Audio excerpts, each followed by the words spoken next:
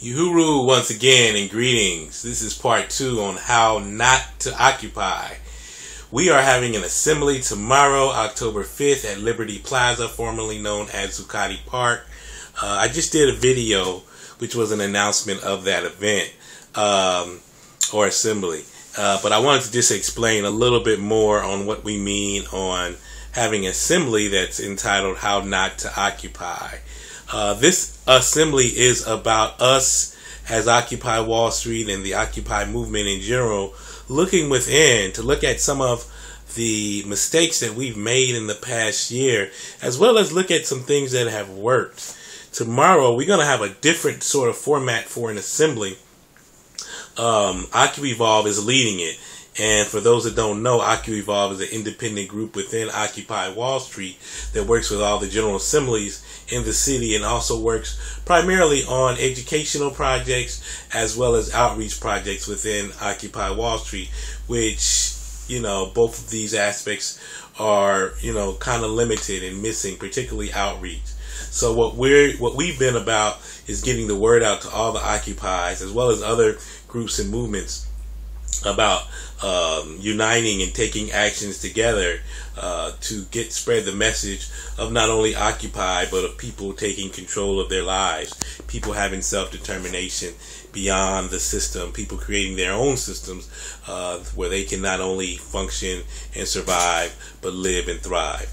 And one of the things that we need to talk about, or we haven't been talking about, is creating alternative structures, creating a culture within Occupy Wall Street that is not only inclusive, but is effective and is also empowering. And I think one of the mistakes that we've made is taking on this entire culture, a lot of it anarchist in nature. And this isn't to bring down the anarchists or to talk about the anarchists, but it's, to talk about what works and what doesn't work. We live in a city of over 65% of which the 5 boroughs in New York City are people of color. And when we created the structures and the systems in Occupy, I don't think that we took that into consideration in terms of the cultural considerations, the historical considerations. We created a culture and system within Occupy Wall Street, which we thought was, with radical inclusivity and involving everyone. We figured that would work. We figured that if we had enough anti-oppression trainings and enough teach-ins, that the differences and the divides between different groups in New York City and in Occupy would somehow be solved. But as we can see, it has not. There's been several groups within the Occupy community and African American community and other communities of color that have kind of broken away from the Occupy movement. One of which is formerly which formerly is Occupy the Bronx, which is now Take Back the Bronx. They were turned off by the culture and the imagery and some of the dealings with Occupy Wall Street. And that's a real big issue that we need to talk about. We also have another group that broke off that was there in the beginning as well, Occupy the Hood, which we're now working with, that feels that Occupy Wall Street, some of its goals and some of its focuses or lack of goals or lack of focus,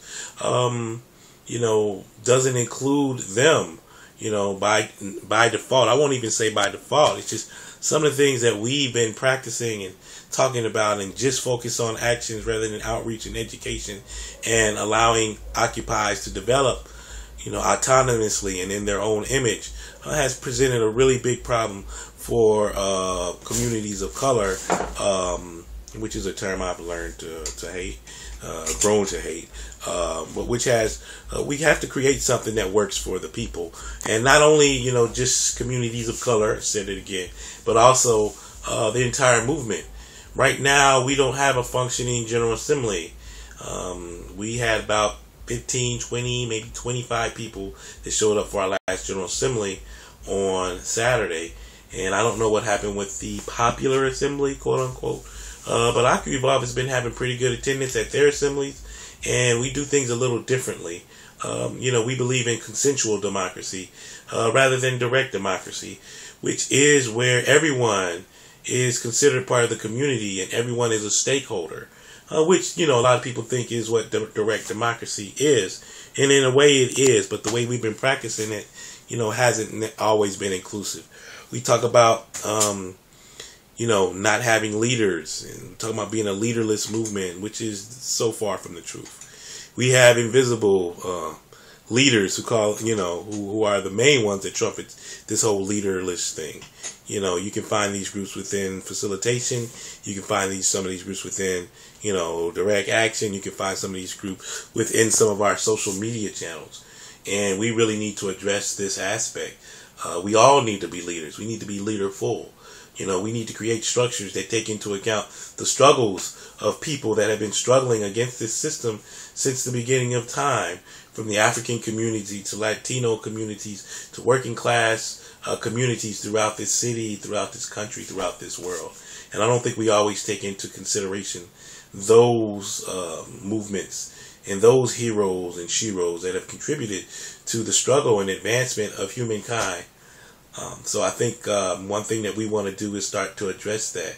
We want to truly be an inclusive movement, but we also want to be a community where when we meet and when we have actions and we do outreach and we do, teach-ins and have educational forums and things of that nature, that everyone feels not only included, but they feel safe. They feel part of a community. They feel part of a family. And how not to occupy is to not allow that to happen, is to focus more on autonomy than community, is to focus more on, individuality rather than, collectivism, us working together. So, there's so many different issues. Also, the way we plan actions and the way we plan working group meetings, there's a flow that we need to create, because if we want to start maximizing attendance at our actions and at our meetings and at our assemblies, we have to start strategically planning. And that means working with other groups within Occupy and other movements and being present and listening and scheduling things so they don't overlap, but so they interconnect and intersect. And those are things that we're going to be talking about. We're going to have the Honorable George Martinez from Bum Rush the Vote and Occupy the Hood speaking. Also, Jelani Mashariki from Bum Rush the Vote and Occupy the Hood will also be speaking. We're hoping to get the Money Out of Politics group to. We've invited them. We've invited individuals from Visions and Goals, as well as all the Occupy groups. We hope to get a report back from the N6 group, which is N6 is November 6th, the presidential election. We actually are going to have an assembly on that day or that night at 7 p.m. called the Fannie Lou Hamer People's Assembly. And we want to really honor her, a great civil and human rights worker from the 60s, 50s, 60s, and 70s. But we also want to talk about in that assembly voter suppression. We want to talk about, some of the issues that are related to the election, and also the things we plan to do for the election. We actually, there's a lot of people in Occupy that, say that they're not voting. And, you have a right to do what you want to do. But, a lot of us feel that, we do need to take a stand on about this election. And, really pointing out how both candidates are, kind of bought and sold by the big corporations, particularly the banks, particularly Wall Street, that fund both of the campaigns. So, these are things that we need to talk about, as well as uniting with actions that are happening on November 6th. So we want people to know that we are in Occupy taking a stand on the election, and we're not just sitting idly by and going to be complaining from the sidelines. So many other issues that are going on in our movement. And one thing Occu-Evolve tries to do is let the movement know what's going on, from the anti-Golden Dawn actions that we have planned to the, to the boycott against Golden Farms, which we've been also working on with Occupy Kensington and New York's Communities for Change. Also going to be working with Fury, Families United for Racial and Economic Equality, who led a march to Occupy Barclays Center, that horrendous arena for the Brooklyn Nets that have been created, and the jobs that were promised that never really materialized in any real, substantive form, and the housing that never, came to fruition. We were part of those actions as well over the weekend. And, I just want